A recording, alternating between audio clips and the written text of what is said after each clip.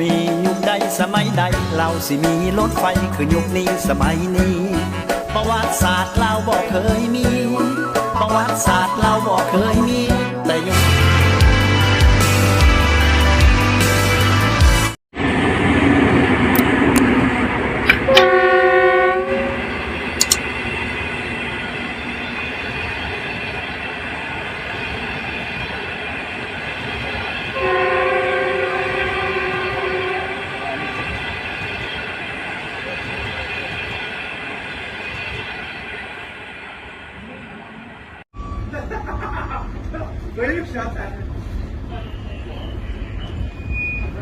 รถไฟ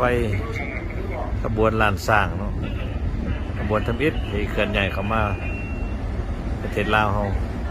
กำลังมาฮอดสถานีโบเตนปัจจุบันเลยเนาะ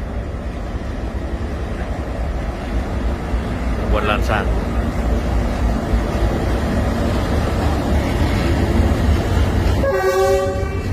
อันเมื่อกี้บอนกาอยู่ด่านโบเตนแล้วก็จะเดินทางลงสู่นครหลวง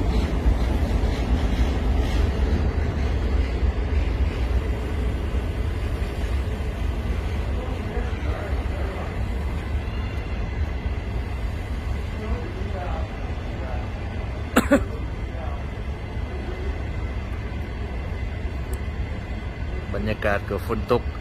ตอนทับรถไฟใหม่บนลานสร้าง